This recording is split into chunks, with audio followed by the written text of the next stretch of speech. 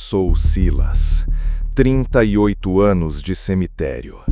38 anos enterrando os mortos da cidade como quem faz café pela manhã. Automático, rotineiro, frio. Sempre pensei que meu trabalho fosse com os corpos. Hoje, sei que era com as almas. Aquela noite, em particular, estava úmida demais. A lua parecia um olho pálido observando de longe, envergonhado da cena que prestes se desenrolar. Eu cavava a cova número 3794. Ainda me lembro do número, como se ele tivesse sido gravado a ferro quente na minha memória. A defunta era jovem, bonita até, morta no dia do casamento. Acidente de carro, disseram. O noivo chorava demais, exagerado, pensei. Mas há lágrimas que escondem culpa, e naquela noite eu aprenderia a diferença. Terminei o buraco pouco depois das 11. A névoa já se arrastava pelo chão, serpenteando entre as lápides como dedos tentando sair do subsolo. Estava me preparando para ir embora, quando ouvi o som, fraco, frágil, como o gemido de uma criança doente. Parei. Não era incomum ouvir barulhos estranhos à noite. O vento faz coisas nas árvores que enganam o ouvido. Já tive até rato preso em caixão. Mas aquele som não era rato, não era vento, era lamento.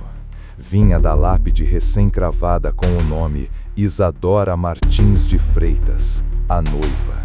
Senti um calafrio me subir pela espinha e mesmo assim fui até lá, com a pá ainda na mão, como se ela pudesse me proteger. Foi então que a vi, flutuando. A pele translúcida como vidro embaçado, o vestido branco esvoaçando, manchado de algo que não era terra, sangue talvez. O véu cobria parte do rosto, mas dava para ver o suficiente. A boca aberta num grito mudo, os olhos esbugalhados de um pavor que nem a morte apagou. Ele me matou. As palavras não foram ditas, elas me atravessaram, como se tivessem sido sopradas direto dentro da minha mente. Deixei a pá cair, e naquele instante senti algo quebrando dentro de mim. Não era só o medo, era a certeza. Eu tinha visto algo que não devia. Desde então, as noites nunca mais foram só noites. Depois daquela noite, comecei a dormir pouco. Quando fechava os olhos, via o rosto dela, Isadora, parada no meio das covas, o véu ondulando como se estivesse debaixo d'água. Acordava com o coração disparado, o corpo suado, os olhos fixos na parede escura do quarto como se esperassem vê-la surgir dali. Voltei ao trabalho no dia seguinte fingindo que nada tinha acontecido, mas alguma coisa havia mudado. Não no cemitério, em mim. O silêncio ali dentro, que antes me acalmava, agora pesava. Cada passo entre as lápides parecia ecoar alto demais. Cada cruz, cada inscrição olhava para mim com uma acusação muda. Os corvos já não voavam sobre mim, se empoleiravam nas árvores e me observavam, esperando. Foi na quinta noite que ouvi a primeira voz. Estava escavando uma sepultura para um senhor de idade. Nada incomum, derrame cerebral, coração fraco. Mas enquanto eu quebrava a terra endurecida com a pá, ouvi algo vindo de baixo. Uma conversa, sussurros abafados, como se tivesse gente presa lá dentro. Achei que fosse minha cabeça, ou os malditos grilos, mas não. Não eram grilos, não eram ecos. Ele mente, ele mente, ele mente. A voz vinha abafada, rouca, cheia de terra na garganta. Jurei a mim mesmo que pararia de beber, embora não tocasse em álcool desde os 24. Afastei-me da cova e sentei no banco de pedra mais próximo. Fiquei lá uns minutos, esperando o coração desacelerar. Fechei os olhos. Quando abri de novo, havia alguém sentado ao meu lado. Era uma mulher. Pele cinzenta, cabelo molhado, olhos vazios. Não me olhou, apenas falou. Você vai ver, um por um. E então desapareceu. Não se levantou, não correu, sumiu, como se nunca tivesse estado ali. Corri para casa naquela noite, não tranquei o portão, não terminei a cova, deixei as ferramentas jogadas como se algo me perseguisse. Tranquei todas as portas e sentei na cozinha com a luz acesa até o amanhecer. Eu devia ter ido embora, largado tudo, mas não fiz, porque agora algo dentro de mim precisava saber. Se Isadora disse que ele a matou, alguém no mundo dos vivos tinha sangue nas mãos. E os mortos estavam começando a falar. Sim, parecia loucura, mas depois de ver Isadora, ouvir os sussurros e presenciar aquela mulher desaparecer diante dos meus olhos, percebi que não podia confiar nem na minha sanidade. Então, escrevi tudo, cada nome que me apareceu, cada voz, cada murmúrio vindo da terra. E aos poucos, os relatos começaram a se conectar. Havia padrões. Os mortos não apareciam por acaso. Eles estavam tentando me mostrar alguma coisa, uma sequência, um fio, um segredo. Foi ao revisar os registros do cemitério que percebi. Alguém estava enterrando pessoas nos túmulos errados, e não era por erro administrativo. Pegue o caso de um tal Damião Correia, por exemplo. Oficialmente, um infarto fulminante, velado a portas fechadas pela esposa. Ninguém viu o corpo. Mas a voz que ouvi perto do túmulo dele não soava como a de alguém em paz. Ela me envenenou.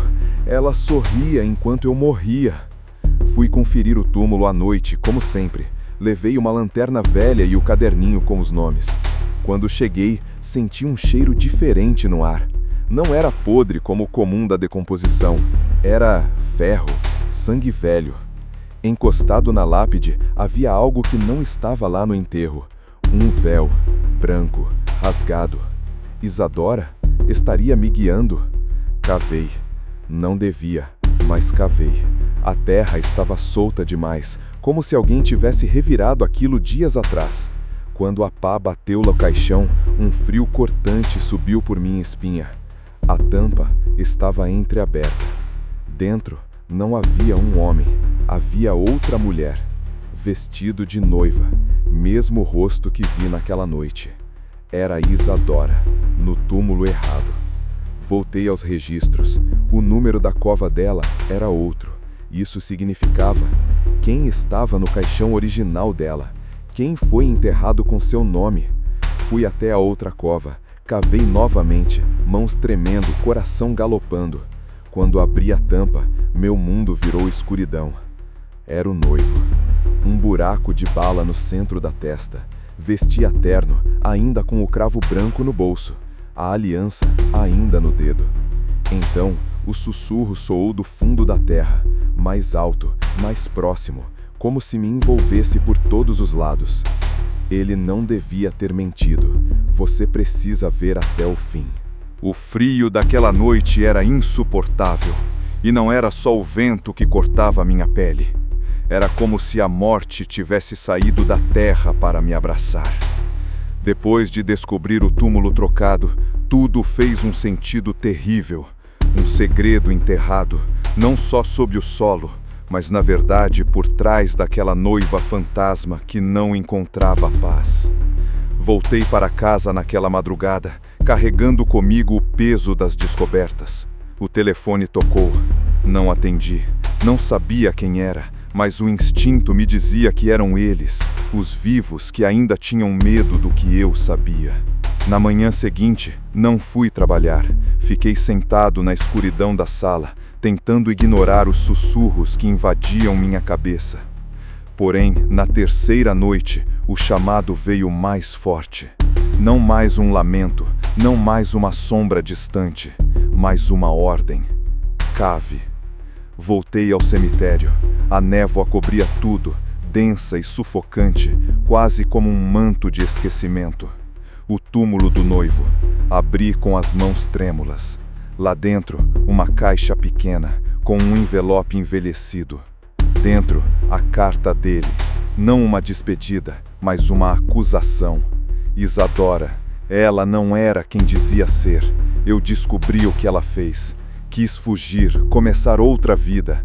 Ela me matou, não com bala, mas com veneno, envenenando meu coração, minha alma. Naquele instante, senti um toque gelado no meu ombro. Era ela, a noiva, a verdadeira. Mas seu rosto não era de dor, era de vingança. Ela sussurrou, lenta, cruel. Agora você verá o que vi. Você verá o que ele escondeu. Então, meu corpo caiu no chão do cemitério e minhas pálpebras se fecharam, não para descansar, mas para abrir os olhos no reino dos mortos. E ali, entre túmulos tortos e sombras que se contorciam, eu vi tudo. Vi o homem sorrir antes de apertar a mão do assassino. Vi os segredos guardados a ferro e fogo. E mais do que tudo, vi que algumas almas nunca descansam, elas caçam. Hoje sou prisioneiro do cemitério, o homem que vê demais, o coveiro que nunca mais desenterra só corpos, mas verdades que matam. E você, que me lê, cuidado com o que vê na escuridão, porque tem coisas que deveriam permanecer enterradas.